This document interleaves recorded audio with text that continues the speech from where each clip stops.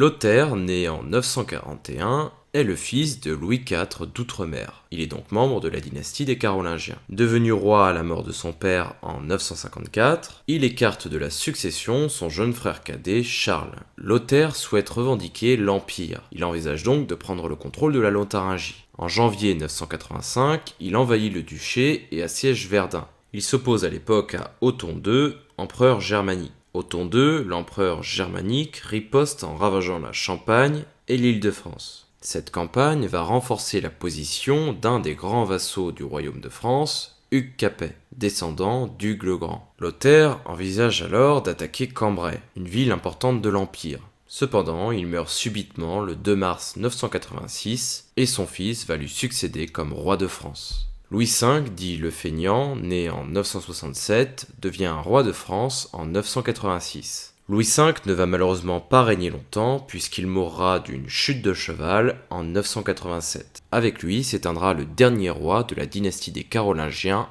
en France. En effet, les grands vassaux du royaume de France ne veulent pas que le royaume tombe entre les mains d'un germanique, en l'occurrence Othon II. Ils choisissent donc d'élire un nouveau roi, Hugues Capet. Hugues Capet est un descendant de la dynastie des Robertiens, puisqu'il est le fils de Hugues le Grand. Hugues fondera la plus grande dynastie royale de France, les Capétiens.